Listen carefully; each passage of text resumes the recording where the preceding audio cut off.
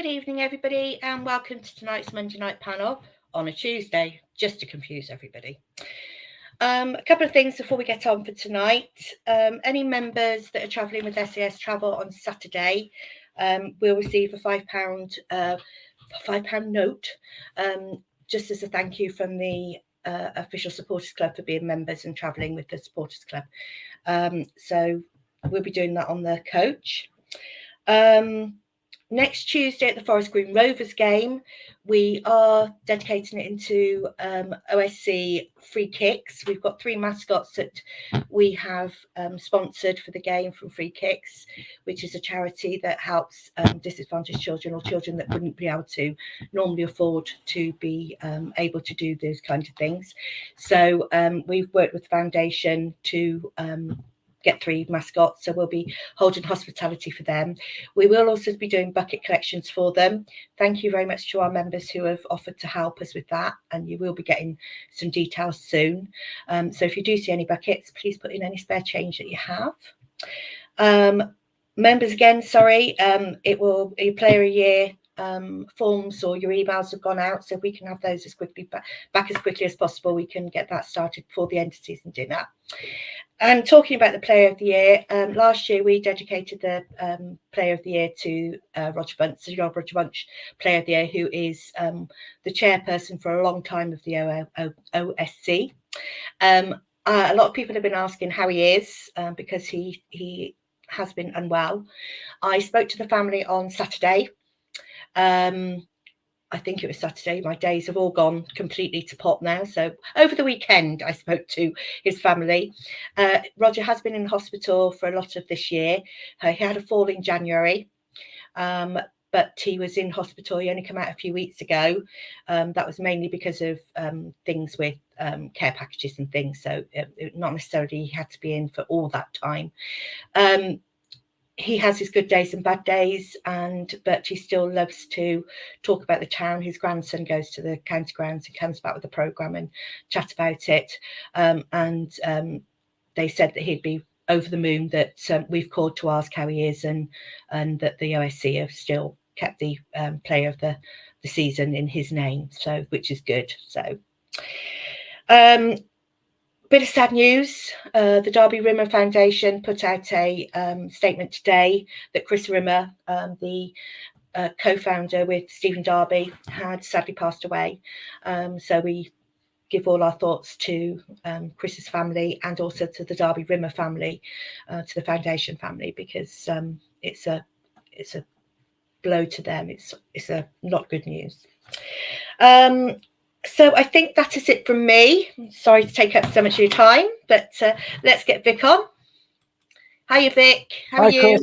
I'm all right. How are you? Yeah, very sad news about Chris Rimmer today. And obviously, we pass on our very best wishes to Roger. What a lovely man. And we wish him all the best, definitely, for that. And as opposed to about being confused, who knows where we are at the minute? I've no idea. No, is it Saturday? I'm still on Monday, so it'll be Tuesday tomorrow now. So yeah. So should we get our guests on? And we have got a special guest tonight. So with Anna, Jamie, and Rob, our normal panelist, we have got Matt Anderson, who some people might recognise from Twitter, the name from Twitter and Facebook. Matt is based in Singapore. And as I heard just a moment ago, he does help with some of the clips if Ian from the US is not available. So let's get Matt on. There you go, Matt. Hiya. Hi there. How are you doing? Welcome. Good. Thanks very much. Great to be on. No problem at all.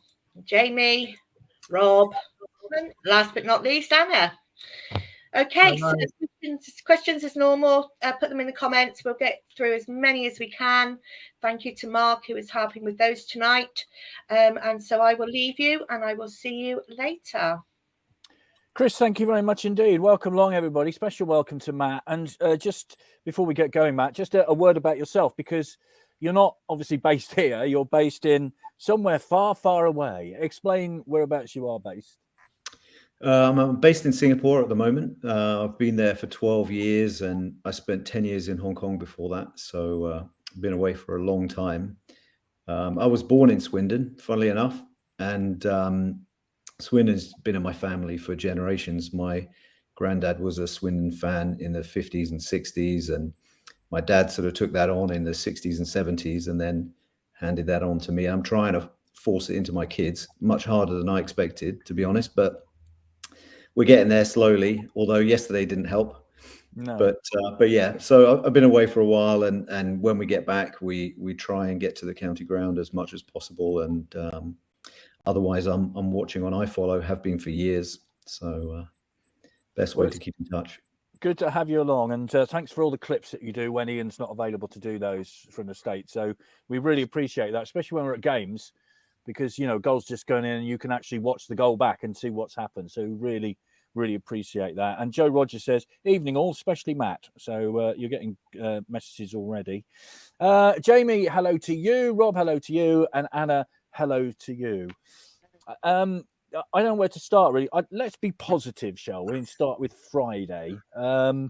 Strange old day, long old day, and a 25-mile route march from the bus, Jamie, to the ground across that common. And then it all had the feeling of a pre-season friendly, didn't it? It was all very odd. Yeah, I think everything from the weather to the good start. I mean, we actually started a game really well, which is the first time for a long time. But I think it had everything written on it that it was a pre-season friendly. It felt like that. I think we all said at half time. But we did what we needed to do. I think you can only beat what was put in front of you. And I think we played really well in the first half. I think we could have done with trying to, in hindsight, push for the goal difference a bit more. But I think the game petered out, really, didn't it? By the kind of early second half. And I think the goal going in quite early, I think it just kind of petered into a non-event of the game, really. But it's a shame about the injury that came in the game as well. I think we all felt for the guy at the time. That looked quite nasty. But it's typical Swindon. Great start to the bank holiday that didn't quite carry on to the second game. No, we'll get to the second game later. I think we might have a little bit to say about that. Rob, you were in a position to see what happened to Rob Hunt, so I'll ask you about that in a second. But that serious injury to that Harrogate player definitely had an effect on the game, didn't it? I mean, and we just scored. Obviously, people are celebrating and then realising this injury was quite serious. Yeah, I wouldn't say the injury had an effect on the result. I think the result was already put beyond doubt by then. I think we were comfortably the better side in that first half, and the job was done, as you said. But yeah, in the build-up to the third goal, totally innocuous, wasn't it? When you look back at it, it literally was a player running back, and all of a sudden, clearly getting his studs caught in the turf, and it's a horrible injury. And obviously, it led to Ellis being able to just walk through the centre of the Harrogate defence, put it on a plate for Josh Davidson, and 3-0. The game is totally one-sided at that point. But yeah, as you say, it was a horrible thing to see. And then, of course, with 5 minutes left of normal time, we then have Rob Hunt go down as well on what actually was, it certainly did look like probably one of the best pitches the town have played on for a long, long time. Yeah, we were saying that, weren't we, after the game? And where we were sitting, we couldn't see that incident. Anna was behind the goal. I don't know, were you behind the goal as well, Matt? But we couldn't see what happened to Rob Hunt. But I assume he just went up for a ball, came down, and hit his ankle. Innocuous again, very not quite the same situation, because he had gone up for a header to win the header to put it out for a throw in. Just as he landed, it obviously landed in. His foot come down in completely the wrong direction as far as he was concerned, and that's caused his injury. And I have to say, we said straight away, as soon as they were calling the physios on, this looks like it's probably season ending for him. Hopefully not the case. Hopefully we do see him towards the very back end of the season, but I would be surprised.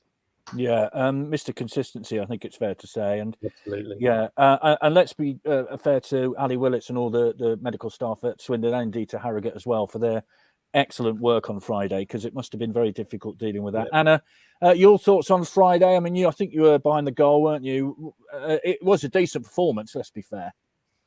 Yeah, I was behind the goal. Clinical finishing, great setup play by Egbo for the first two goals. Just shows that we can do it. We can play that ball through and get those chances set up. But you have to remember that they were poor opposition. They didn't put up much threat. They didn't press in any meaningful way. So I think it allowed us to do what we needed to do. But it was a strange game. The last half hour was pretty much a dead affair, wasn't it? After the injuries, and then with Hunt as well in the 80-odd minute. So But the main thing is we're unable totally to follow these kind of wins up, aren't we? We get a great win. You're coming off the back of that. You're pumped up, and the players must have been as well very buoyant after that. And then you turn out on Monday and deliver 90 minutes, which are totally different. So we have to find a way to string results together. Yeah, we'll get on to Monday in a minute. Matt, your thoughts? It was a good performance, and it was an enjoyable performance as well, wasn't it? We played some decent stuff, scored some good goals. Egbo looked tremendous. So it was all pretty positive, I thought. Yeah, really positive. I mean, it seemed like we were getting in behind them on both sides as well. Tomlinson put some good balls in from the left. I mean, I felt like we just looked like a really sharp attacking side. And I know they had some injuries and clearly they're not going anywhere in the league, and it looked like their season is basically done. So they were already kind of on their holidays. But I just felt like we looked kind of exciting and like there was some real spirit around the play, which, we'll get onto it, but it just wasn't really there in the same way yesterday. And, I don't see the team week in, week out in person. So I don't know whether that is an away versus home form issue. But it just felt very different. It just felt like, there was a lot of positivity. We really needed that win, and it seemed like the team were really pushing for it. And, were really clinical, as Anna said, with some of the finishing. We could have been 3 or 4 up by half time. But, we moved on and got the goals that we needed to go through. And just even, being there and towards the end of the game, it really felt like, okay, now this is the chance that we needed. The guys are taking it on. Maybe they've had a word about potentially where we can go this season. And this is the first step towards that. So, yesterday felt very flat. And yeah. Okay, we'll get on to Monday in just a second. Hold your horses. We all have a lot to say about it. Loads of comments coming in. Thanks very much indeed. Rob, hello to you. Good evening all. Good Friday, but oh, what a disappointment on Monday. It's the ope what kills you. Yes, it is. Jason says, Chris, send Roger my best wishes. Yeah, absolutely. We send our very best wishes to Roger Bunce. And also from Craig, very sad news. Thanks for passing the news on Chris. Chris Rimmer, of course, he's passed away today, which is very sad indeed. Kevin says, do the panel think the Youngtown team struggle with the atmosphere at the county ground, re-home form, as opposed to away games at small grounds and crowds? Hello, Sean. Our home form is shocking. It's bizarre. Most of our away games have been brilliant. The best away form in our league. Andy says, 4 goals away from home against anyone is decent. Hello to Derek. Whilst we played well on Friday, the opposition were poor and we probably should have scored more goals. 3 points were very welcome and raised our hopes yet again. Loads coming in. Sorry, just flipping through as I go through them. So bear with me a moment. Here we go. Malcolm says, will Clem and Rob have to reconsider Ben Garner's contract duration, given his complete inability to motivate the team? The difference in the body language between him and Richie on Saturday, or on Monday, I should say, was staggering. I know it is confusing. And Craig, I've got a couple of comments from Craig, but I'm going to read this one out because it might just lighten the mood a little bit. Craig says, I'm embracing the fancy dress for the last game of the season, tradition, by buying a lilac bucket hat, Alan McCurdy, for Walsall. Anyone else up for this? Well, I'm not terribly sure there are any buckets out. Yeah, you're in? You in, Anna? Yeah, why not? Yeah, why not? Right, Jamie, let's get on to home form then. It's not just one game, is it? I mean, I can't tell you. I came back last night and it's a 2.5 hour drive. I don't think I spoke for 2.5 hours. So just sat there trying to work out what on earth you would be playing against 10 men who admittedly sat in their shape, defended very well, but we made it easy for them. What on earth is going on with the home form? Right, that's the $1 million question, isn't it? I think it's not. What is it? 4 or 5 seasons now. I mean, I know there was a bit of a blip where we were good at home for a while, and I guess in Welland's season we were better at home. But it's not a new thing, is it? It's something that's been going on a long time, and it's frustrating as everyone. But you do get that feeling that we just seem to play so much more pedestrian at home. And I think that for me, there was a difference between kind of Friday's game and Monday's game. We just didn't move the ball quick enough, and especially against 10 men, it seems to just we fall back into this. We'll just knock it around. And I'm not against us knocking it around at the back, but we have to move teams around, particularly if you're playing against 10 men. And it just seems like we settled into being comfortable. As long as we've got possession, then we'll break them down. The 2 or 3 times we did seem to move at pace, we broke through, and that's where the goal came from. And I don't quite understand why they don't see that on the pitch. There's obviously a reason, but it's frustrating, and you can't blame the crowd for getting on their backs as much as I don't think that's helpful. You can understand why, because people just want to see them I guess more proactive at home rather than feeling like we're waiting for something to happen rather than making it happen. Yeah, it's interesting here. Nick, hi Nick. He sent this message in Di Canio's season 2011-12. We won 21 in all competitions at home. Since then, we've endured 3 seasons winning just 10, 2 seasons just 8, 1 season 7, and 1 season 6. And this season just 8 so far. This is what needs to improve. And Nick also says Ian Holloway on Quest last night suggested that we looked like we didn't want promotion. Sadly, part of me thinks that too, at least not hungry enough. Lack of urgency at times in recent games at home. I think is, Rob, you're sitting there watching, and this goes back to season tickets. I mean, there's something here which is Stephen sent this message in. In an entertainment business, how does the panel find the home matches for excitement? Well, I don't know about you, but I don't. Do you? Well, Walsall accepted. Walsall was exciting. Well, Walsall was okay, yeah. But no, I look at we just don't look like the same team, do we? It's chalk and cheese.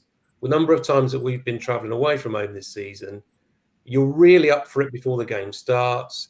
The team look like they're really up for it. They set off on the front foot, and the game takes off from there. And they look competent in all aspects of the pitch, generally speaking, with the possible exception of the team that we played yesterday away from home. That was probably the one away game this year where we really didn't turn up. Maybe Exeter as well. Tranmere possibly. Tranmere as well, yeah. Okay, yeah. We'll keep going.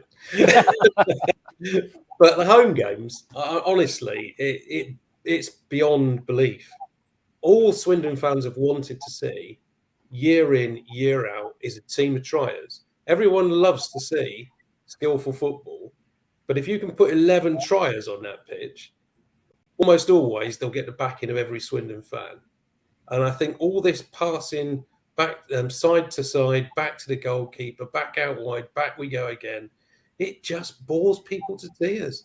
I'd love to turn around and say it's great to watch good football, and it is great to watch good football, but it needs to have a purpose. And at home, it just doesn't seem to have a purpose. The blueprint was set yesterday. 1 minute in, ball down the right, two passes from Reed out to I think it was Odomayo, straight out to Egbo, a great cross across the 6-yard box. Davison couldn't quite get on the end of it.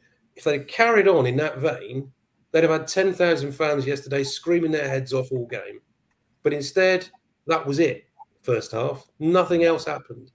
And because of that, we gave away that silly goal from a set piece. Don't get me started on high lines for set pieces, or else I'll be here all night, because I really don't understand it. It just drives me insane every time it happens. And we seem to concede every time like that. There's a blueprint for it, and we don't seem to learn. And as soon as you get the man sent off, you think, go on then, go for it. Attack them. Really go for it. This is your opportunity. And we did the complete reverse. Frustrating beyond belief yesterday. Anna, this is from Paddy. Moments in the game yesterday, I could easily have got up and gone home. They're continually hitting balls down the right flank, then wasting them. You're getting into shooting positions, then laying it off instead of shooting. Very tedious indeed. The passing, Anna, yesterday was dreadful, wasn't it? I can't remember a game where so many passes went astray. Yeah, I mean, fundamentally, something needs to change at home. So Garner set his stall out and said he's not going to change the way we play, but clearly now he has to change the way we play. And when Rob said we're a different team away versus home, we're kind of not in a way. We set up the same, and that's probably the problem, that when we play away in this fashion, we do move the ball more quickly, but the spaces are there because the home team are on the attack and they're trying to make space and attack themselves. If we try to play that same way at the county ground, we don't have the space because you've got the lines of defence, you've got the midfield, particularly yesterday, you've got a midfield four, then you've got a back four behind that. We cannot penetrate that in the same fashion. So he's got to look at a different way of playing. And I would even be an advocate of saying, throw the blueprint out the window now that they've played to this season so far. Try something completely different for the remaining home games, because you are going to push people away. Now, I've been to the away games this season and seen some fantastic results, but ultimately, what's going to drive revenue and people's appreciation of the club and the football is the home result, and they're not happening. So they have to do something different. But one other thing, I think the guy who sent the message in about recent seasons home form. Yeah, there's a pattern here which we have to break, and some of that is due to the way and the style we set up and play, and you have to bring the fans with you. So you have to play a sort of game that's going to get the crowd moving and on their feet, and that's not happening at the moment. So there's lots of things that need to change. And just one other thing which kind of relates to the bond between the fans and the players, which is leaves something to be desired this season. We have to work on that as a club as well, so that actually you're creating a meaningful relationship, so that you don't have this vitriol and terrible atmosphere at the county ground, which is going to drive players away as well. So you've got to do all those things, bring it all together, concerted effort for next season, because I think that's what we're looking at now, realistically. Yeah, this is from Ian. Those calling for Wellens to come back need to remember he was helped greatly by the Doyle-Yates double act when he was here. I think that's fair to say, but hey, I think, and Andy says obsession with Wellens is not only pointless, it's ridiculous. Well, he ain't coming back, I think it's fair to say. Darren says it's simple. We have a manager, coach, who is unable to motivate. Neil says that half the issue is the team simply don't move to create any space. Kevin, I've heard the pitch is being made wider for next season. Maybe this will help. Paul, all away teams have to do is press us high and wait for us to make mistakes at set pieces, which goes back to what Rob says. Andy says, let's not forget two of our best performances have been at home, Walsall and Northampton. Sean says, fans on here saying Garner doesn't motivate the players, must only be like it at home games then, because seems okay away. I mean, Matt, watching it on a screen, we all went through that last year with COVID, and then seeing it live, is there a difference, or are you entertained when you're watching home matches on a screen or not? How do you view that? I mean, it's completely different, of course, right? And you guys will all have experienced that last year. But I think for me, the other thing is that I went away to an away match, obviously on Friday, for the first time in 30 plus years, 35 years. The last time was Craven Cottage, right? So that tells you how long ago that was. But even that, for me, it just felt like, because there was more of a concentration of fans who had made that effort to get up there, the kind of passion and the energy that came from the crowd was just different, right? It just feels more focused and more concentrated, and it felt like everybody was behind the team. There wasn't a lot of negativity at all through the game. Of course, the team played really well, so that helped. But no, it makes you wonder. I mean, I read that comment about the home form over the years, and you think, you're going through a number of different managers playing different sort of tactical setups, different sort of personalities, different ways of motivating the team, and you're still getting the same results. So what is it about the experience at the county ground that's not working? So beyond the football, is there something else that needs to be done at games, right? Before the game starts, how can you get the crowd excited? How can you get people more engaged? What can you do to build the energy, whether it's through music or whatever it is? I'm not sure, but something needs to be done to really lift that kind of energy and the sort of passion of the crowd before the game starts, so that when the players come out, everybody's excited to be there and everybody's behind the team, and in the way that they were on Friday. You need to bring some of that sort of away mentality, I think, back into the fans at the county ground. But yeah, I mean, it's completely different being there in person and watching it, because most of the time I'm sitting on my own watching it on the screen, and you get that one angle, because unfortunately there's only a single camera shot, so you're not getting to see the game from different perspectives. But yeah, I mean, I felt much more kind of engaged, much more involved with what was happening, and players are right there, especially with a ground like Harrogate where you're right down by the pitch most of the time. You can kind of engage much more with the team, and they can hear you shouting. So it's a completely different experience. And for me, there's a real question mark around how you can bring some of that spirit into the county ground, and get people all up and behind the team from the start before the game even begins. Yeah, very interesting. Maybe that's something for the advisory board to have a look at. Excuse me.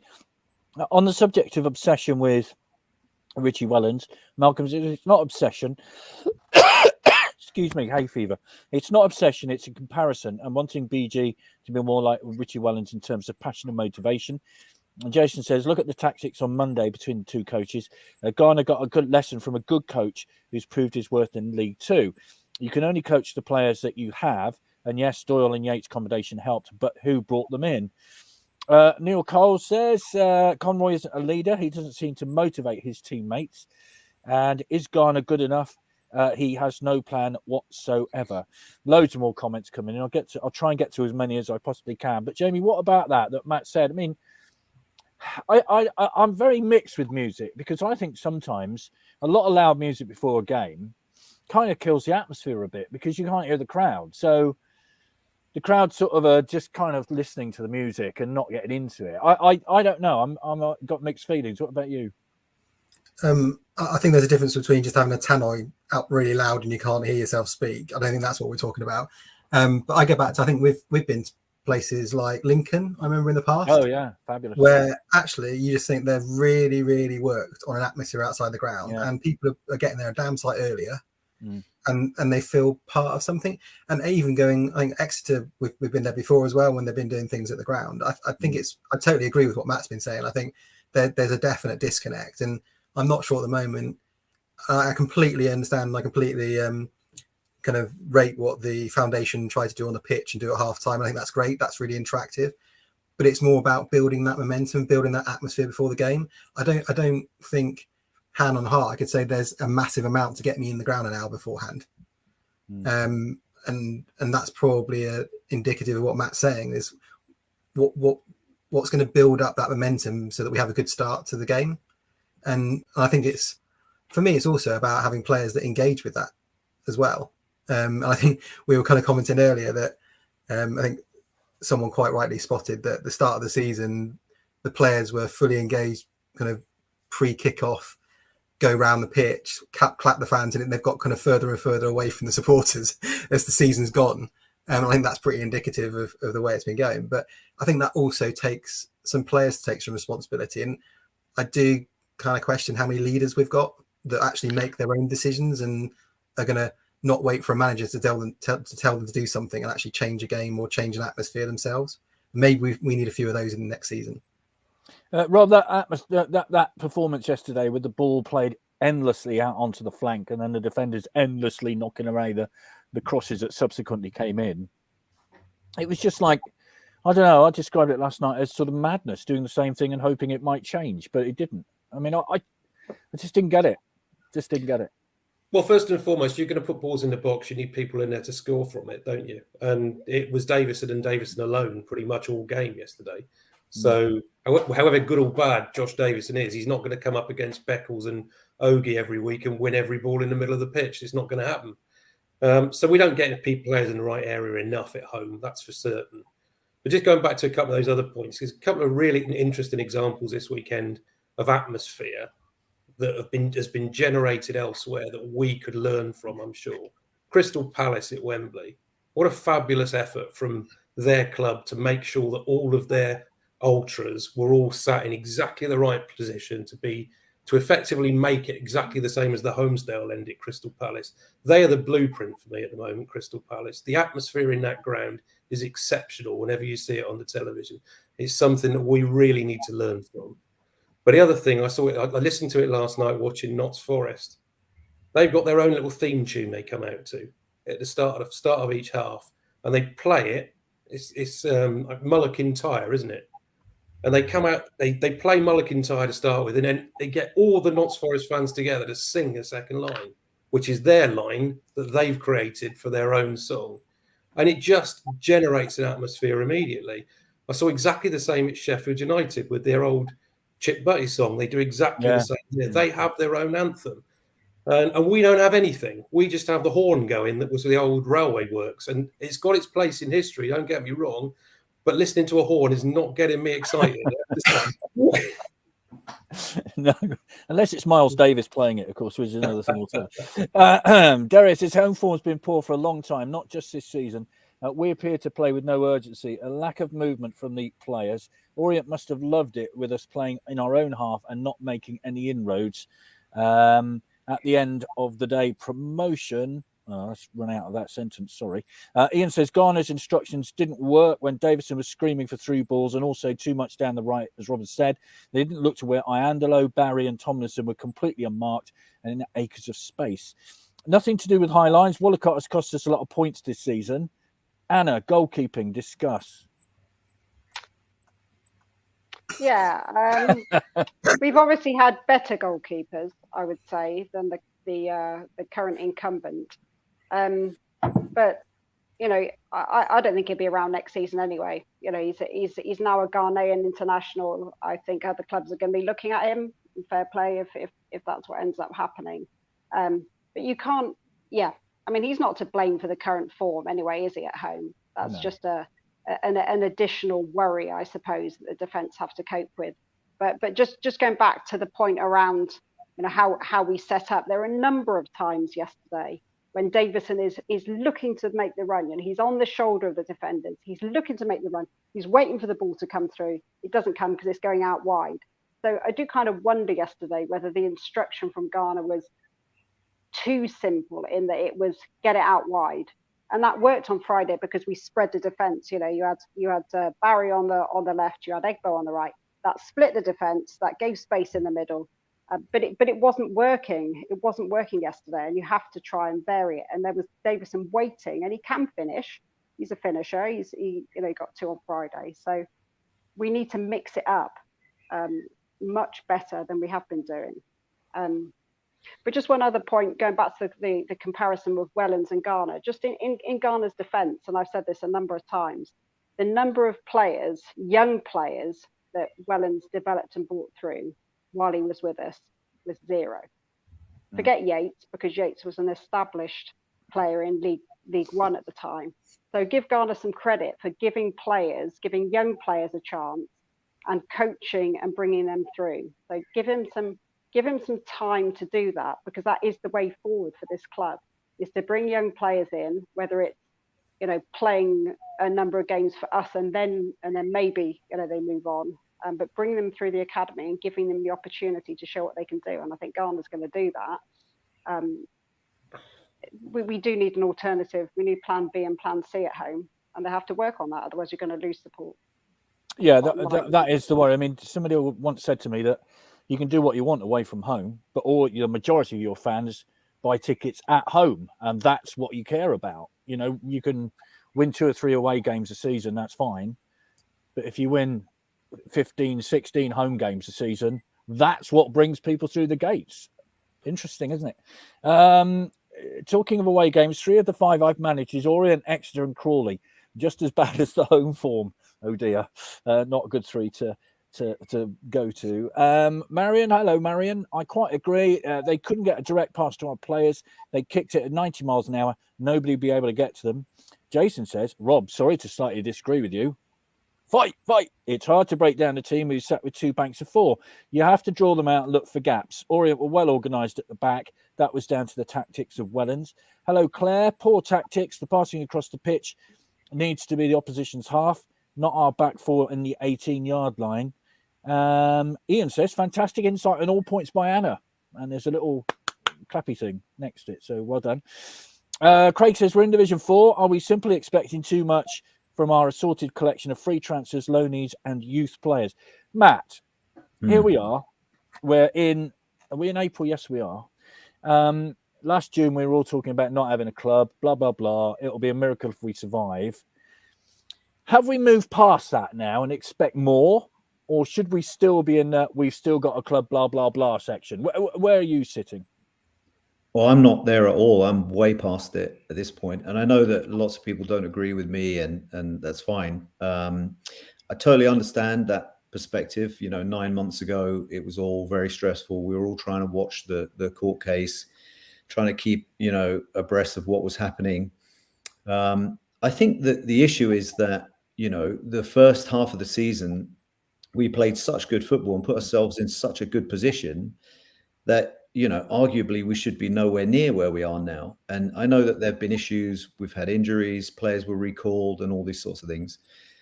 I think it's very frustrating to see us in the position that we're in.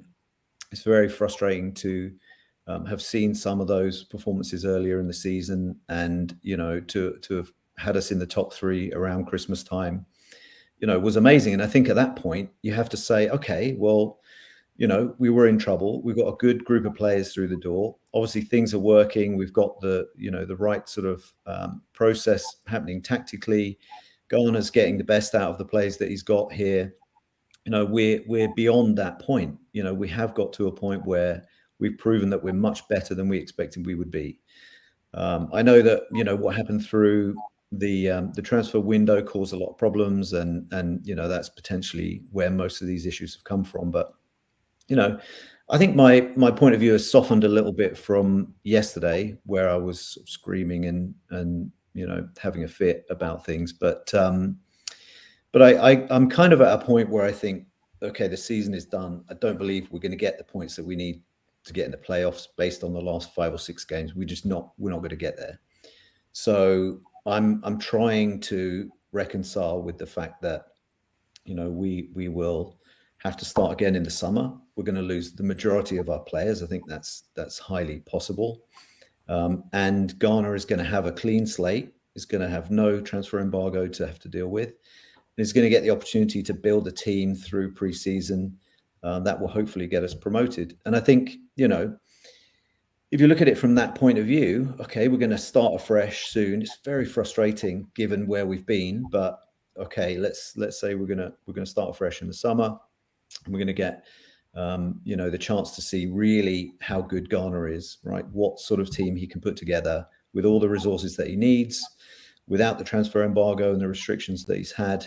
And then by Christmas, I think we'll be able to sort of really see where the club could go and whether there's a chance of getting promoted again. I honestly don't think he'll make it much beyond that if we're 15th, 16th around Christmas time. I just don't see that, Clem's going to want to, to spend another year in the basement of the Football League.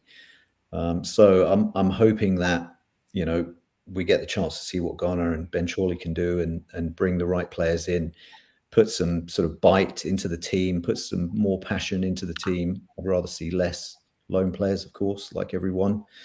And hopefully we can make a real go of it next season. But yeah, I think, this is kind of controversial, I guess, but I found it very frustrating to hear all this narrative around how we're aiming to stay in the league at the beginning of the season. For me, it just wasn't the right message. You could have said we're under a transfer embargo. Yes, we're not going to be able to bring in all the players that we want. Yes, but we're going to go for it anyway. We're going to see where we get to. We're going to really push on, and we're going to try and make something of this season, rather than our expectations are we just want to survive in the league. That for me set a really bad tone.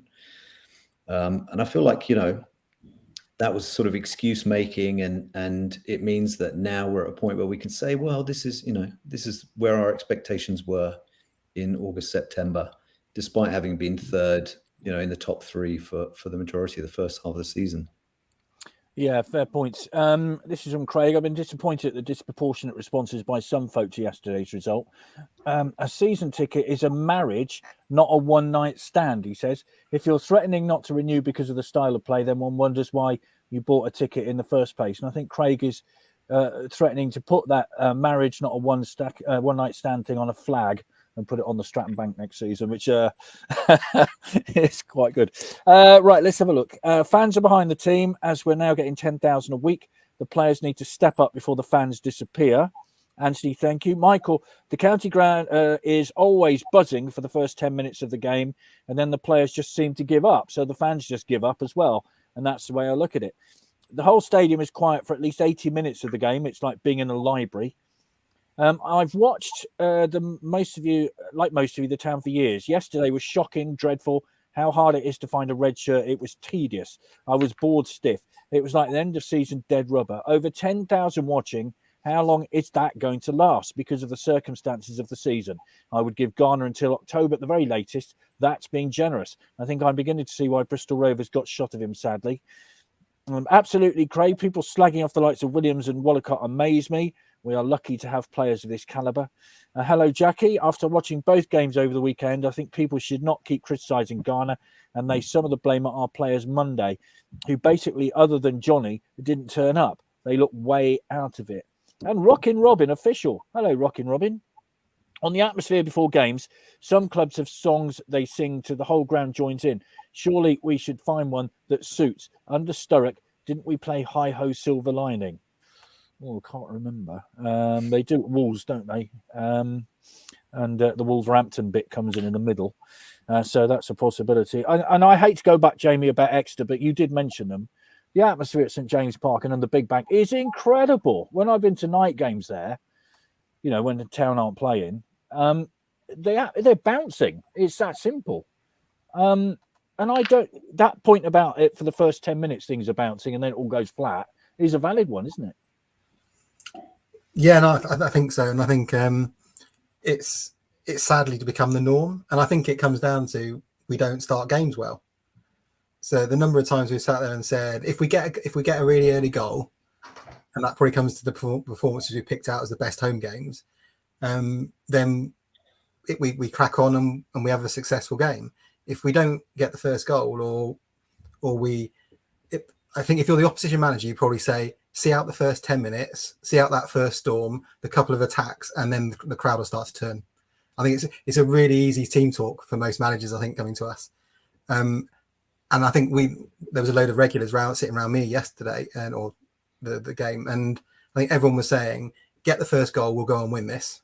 If we concede the first goal, we've got no chance because we won't come back again. And I think that's indicative of probably why the ground goes flat, because we probably all sit there thinking, okay, it's another tough game coming up then for today when we concede the goal. Yeah, it's interesting, isn't it? I mean, I know,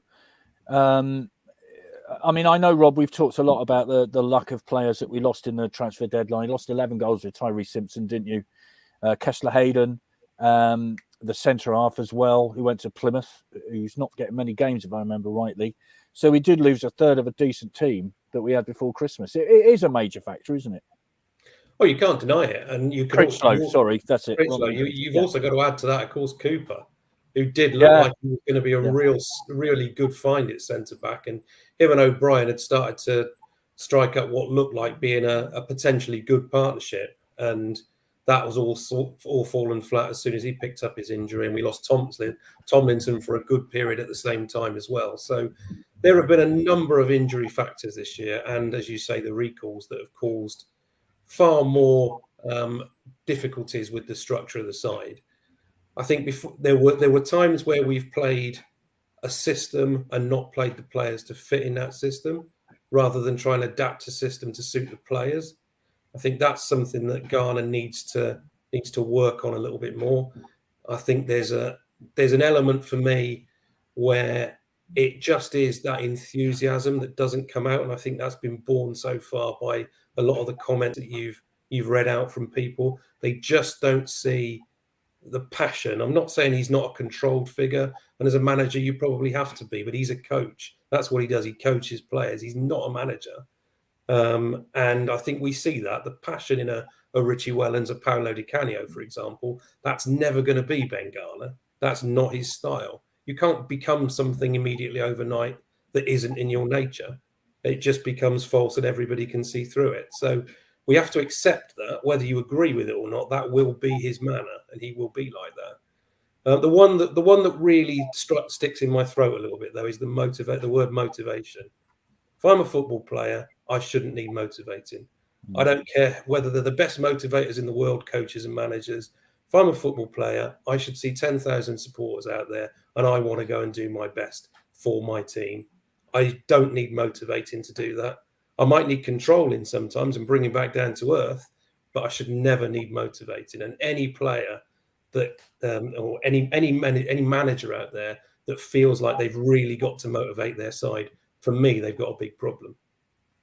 Yeah, this is from Mark. We have a genuine chance to get into at least the playoffs, irrespective of what went on in the summer. We probably missed a great opportunity.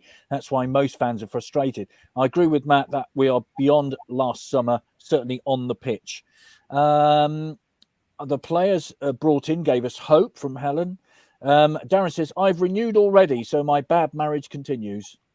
Same here. I think most of the people here have, so, we're in it again for another season.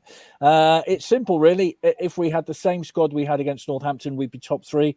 When Cooper, Davison and Tomlinson turned up, I thought Garner had done an amazing job. Injuries, recalls and stupid suspensions are hardly Garner's fault. James says, it all went wrong with being drawn against Man City in the Cup. That took the focus of the bread and butter of the league away.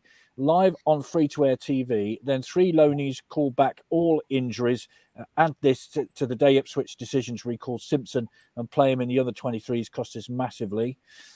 Harry McCurdy, Anna. I mean, my goodness, we have missed him, haven't we? Yeah, we've missed McCurdy, but you can't be as one-dimensional as we have been. And you look when you think about the recruitment for next season, they have to really take in hand and plan for coverage in those key areas. So we don't have I suppose no one's going to be quite a McCurdy type, but you do need a poacher in the box. You also need another player that's going to be able to head it on and hold it up. So and I think I don't quite agree in terms of we are nowhere near a finished club in terms of the development with Morfumi coming in, because he's talking about having continuity off the pitch in the form of the director of football and Ben Chorley, and giving Garner a fairly long contract. But actually on the pitch, that's the continuity that you need season on season.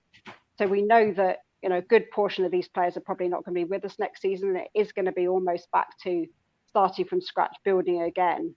And if you look at the ratio of players that other clubs have that have played a sizable portion of a previous season and carry those over to the next season, that's part of what we need to aim at. We need to have some continuity season on season on the pitch as well as off the pitch. And you're only going to get that with success to some extent, but also with the motivation and creating that club atmosphere that we talked about earlier. So the recruitment for next season is really key to driving us forward, and loan players versus permanent contracts. The weighting and balance of that is going to be really important. It's interesting because we were discussing yesterday in one of those very interminable passages of play when nothing was happening, who would have been there under Wellens, and we sort of thought Iandolo, Conroy and Rob Hunt, had he played. Obviously Jordan Lyden's injured. We're trying to think of how many more. There weren't many, were there? We're only talking about 2 or 3 seasons ago, aren't we? It's not a long time. Bowdry, Odumoyo. Oh, Bowdry, of course, yeah. They're all, I mean, Wellens, as I said earlier, Wellens brought in a lot of players that were basically crocs, who've done very well for us, but only over a portion of 10 to 15 games a season. And that's another aspect of the recruitment that we're going to have to look at for 22-23, because you cannot afford to have 4 or 5 players that are constantly on the sidelines. And I think Wellens rolled the dice and thought, okay, they're great players that aren't going to come down to League Two if they're 46 game a season players, but they will come on the basis kind of on the cheap because they're always slightly injured. We can't afford to do that. We need to have players that are there to play 40 plus games a season, or 30 plus at least. Yeah, I've often, I've said this before, but my view is that you should try and build a permanent team, not one that relies just on lone players, because we've seen this season how much we're affected by that. What's your view on that, Matt? I mean, Neil says, well said, Anna, build a team. It's a jigsaw puzzle fitting bit by bit to improve on what was there before. What are your views on that?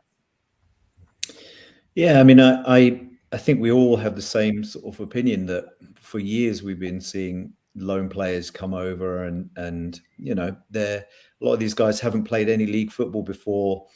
Maybe they're not, you know, at the pace when they join the club. They're not kind of up to speed. They don't play football in the way that we want them to play, because, you know, a lot of them are playing under 23s football only. And at times, you know, a lot of the way we play looks like under 23s football. It doesn't look like League Two football. I feel like we need, not only do we need more permanent players, I think we need more League Two type players who are willing to get stuck in and, you know, who are fighting for their mortgages effectively at that level. You know, players that are really going to give everything, because, again, you know, probably a bit controversial, people will say, you know, if you're 20 and you're coming down from Ipswich, you know, you're fighting for your footballing future as well. I get that, but I think it's different if you're 26, 27, haven't had a lot of opportunities, and you're fighting for your career from a financial perspective as well as everything else. I think we need more players that are, you know, sort of Greer-like in that sense, that are, you know, tougher and willing to get stuck in and fight a bit harder for their place, you know, not just trying to play attractive football all the time, but desperate to win, desperately trying to get out there and get us a result. I don't know, honestly, I have no idea what this summer is going to bring, and whether Ghana will make any of those sorts of changes, or if it's going to be a similar model, you know, lots of young players again coming through, and, you know, or whether he'll recognize that we need a bit more of that kind of stick. I mean, I felt like on Friday, with Baudry back in the defence, you know, it felt a bit more like we had a rock in there again, which we haven't had for a while. And I know that, you know, he hasn't been, you know, he's been injured a lot and hasn't had a great season all round, but just starting to look more consistent and, you know, stronger in the defence, you know, battling for headers, and made some great tackles on Friday at Harrogate.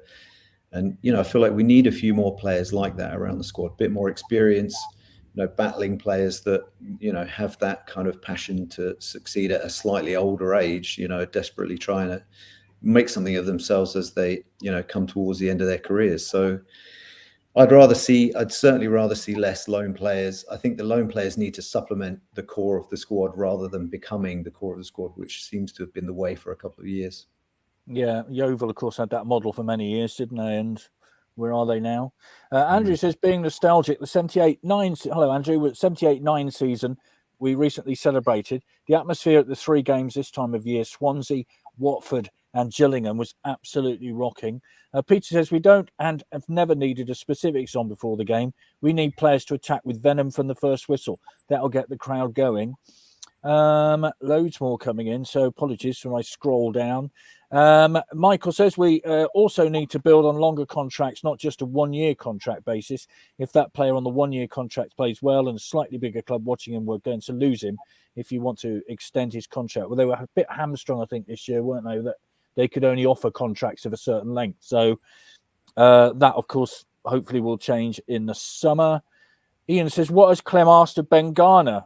Well, I guess what we went back to earlier, keep them in the league, I suppose. We haven't mentioned Lydon yet.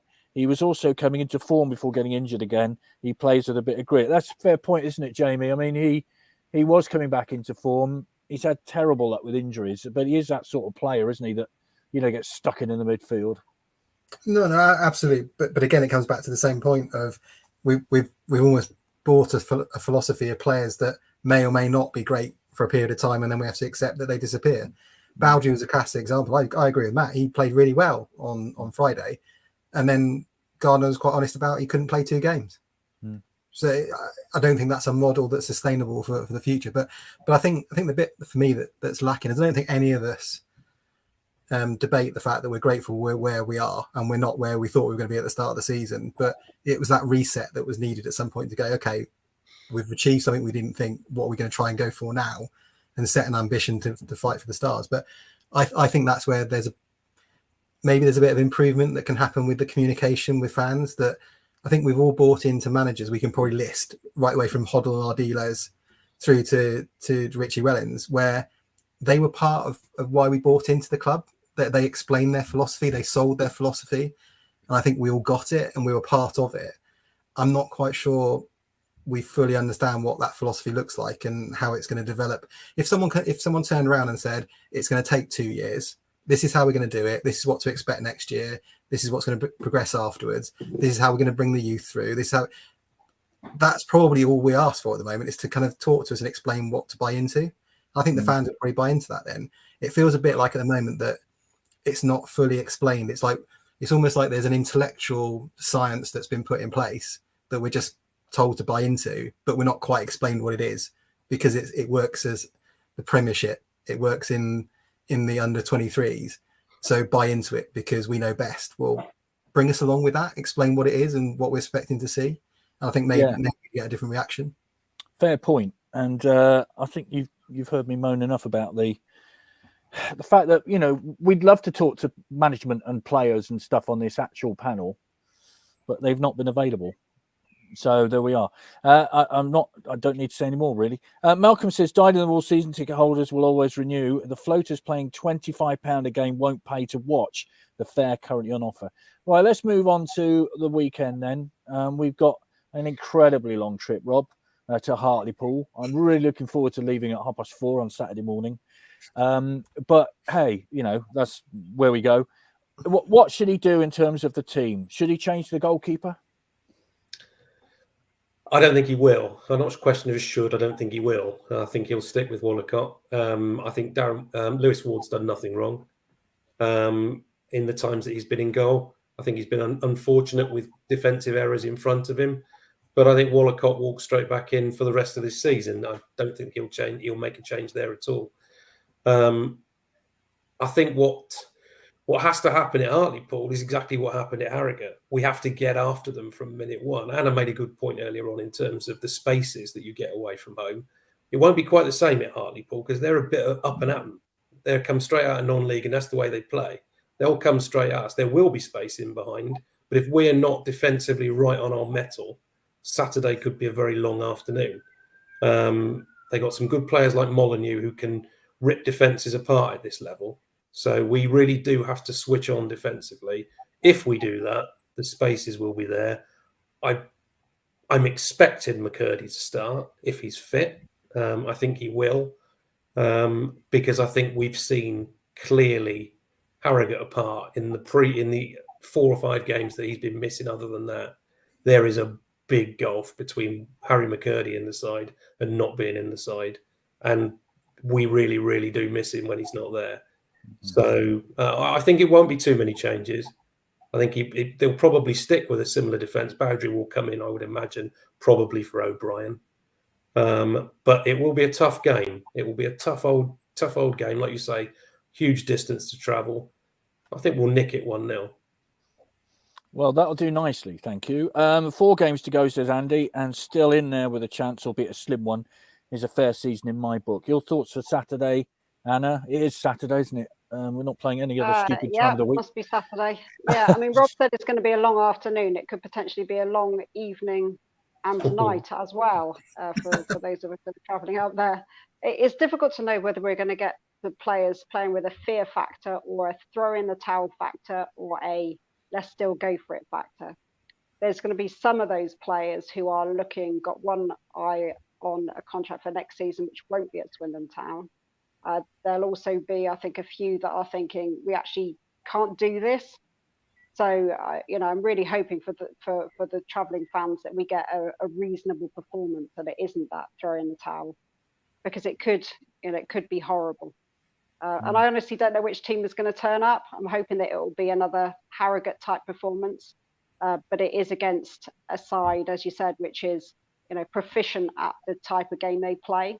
Not the sort of stuff perhaps we like to play against, that long ball. Definitely want to see Bowdry back in. He was very solid at Harrogate, commanding, I thought. And, he can, that's his type of game, I think, to play against that sort of setup. So I don't know, I can't see us honestly winning that 4 out of 4. Looking back, when we had 9 games to go, I thought we need to win 5 out of those 9. Then it was 5 out of 8. Then it was 4 out of 6, whatever it was, with Harrogate.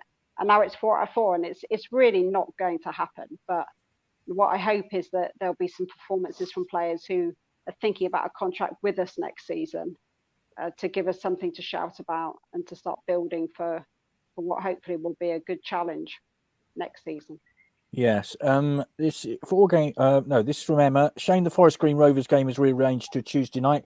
Be less of a crowd. It was also meant to be a free ticket game to schools. Most now can't go due to it being a school night. I would love to see Baldry and O'Brien as a pair. And Darren says safe travels to those going to Hartlepool. Thank you very much. Yeah, Forest Green on Tuesday night, of course. There'll be a massive crowd from Forest Green, obviously. He said ironically. Yes, I hope. Yeah, share a car. Matt, obviously you're on your way back to further shores, aren't you? Will you be back in time to pay attention to the Swindon game, or will you still be jet lagged? Oh no, I'll be there. I'm arriving back on Friday morning, and kickoff is 10 o'clock on Saturday night, so I'll be ready for sure. So tell us how it works then. Are you in front of your computer? Beer, sandwiches, snacks? Is this how it works? Depends what time it is, because the midweek games are at 2:45 in the morning, so there's generally not a lot of beer and snacks being consumed midweek. Saturday, occasionally I'll have a drink. In some ways, it depends if Ian's doing the clips or not. If I have to do the clips, I'll put it on the screens in my office, and then I'll kind of work there and clip it there, and it feels a bit more like work than actually enjoying the game. But if I'm not needed, I'll just put it on the TV. I'll put iFollow on the TV and watch it there. I mean, it's incredible how you do it, 'cause it's so quick. I mean, is it a quick bit of video editing and then tweet it out? Is that how it works? Yeah, just a piece of software that allows you to clip it quickly and straight onto Twitter. Took me a while to get up to speed, but Ian is obviously the master, so I'm learning as much as I can from him. And we'll see. Only 4 games left. I'm sure I'll probably only have one to do. It's probably the midweek game that I'll do, and that'll be it. And then I can practice and become more proficient through the summer. Well, it's great to have had your company tonight, Matt. Thank you very much indeed, and safe travels. Thanks very much. A bit further than Hartlepool, I have to say, but there we go. Jamie, your thoughts on Saturday? I mean, I assume you're on the bus with us. What are your thoughts on Saturday? Yeah, I'm on the bus. I'm godly early, but not as much as you, not as early as you. But I think it's just as likely that we'll play really well, win it, and then lose in the week. So that's more than likely the expectation. But I tend to agree with what everyone said. I think we need to start well. I think my problem is you look at the bench. Yes, the last couple of games. I think, well, what's he going to change? Is there a huge amount of other options? I think he'll probably throw McCurdy in again, because if you don't do it now, it's going to be too late. I wonder whether he'll stick Gladwin in as well. I'm not sure that's necessarily the answer, but I wonder whether he will for a bit more. Well, the others haven't exactly shined in midfield, so do you give someone else a chance? But I don't think that will quicken the game up. It will slow it down, if anything.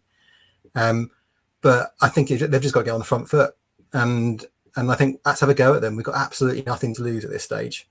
We might as well give it a go and get beaten than sit back at 0-0 with 5 minutes to go and be wondering why we haven't had a shot on goal. Yeah, lots more comments coming in, so I'll get them as quickly as possible. Paul says, hello, Paul. Thought the whole atmosphere was low before the game. Away games our supporters are worth a goal and intimidate the home teams. Also thought at Harrogate, Egbo had freedom to run at the fullback to get his crosses in. Yesterday, Akin kept getting in his way.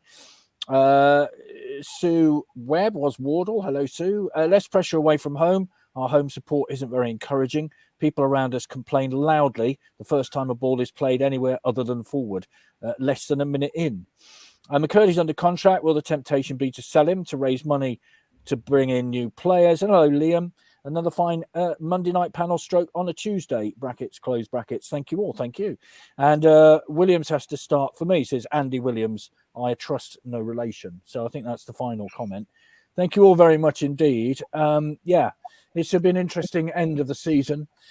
We should say that next week, if you've ever wanted to find out what it's like from an official's point of view, next Monday evening, we have a World Cup assistant referee on, Mike Malarkey, who ran the line in the Netherlands versus Spain, never to be forgotten World Cup final, along with Mr. Webb, Howard Webb, and Darren Cann.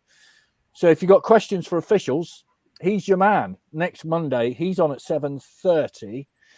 So it's a slightly later start for our guest because he's got, get this, Premier League refereeing meetings to attend to, and so he can't join us at 7.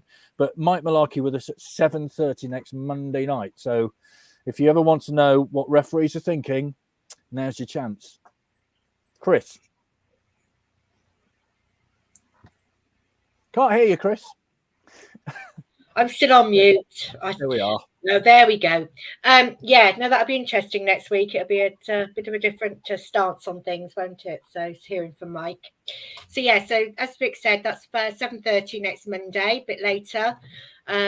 If we do manage to get anybody to fill the gap between 7 and 7:30, we will let you know. We'll put it out on social media. But again, thank you very much to the panel. Thank you everybody for watching. We will see you next week. We'll see you all at whoever's going to Hartlepool. Let's hope for a win, so it makes it a little bit of a less journey coming home. But thank you very much, and we'll see you next week.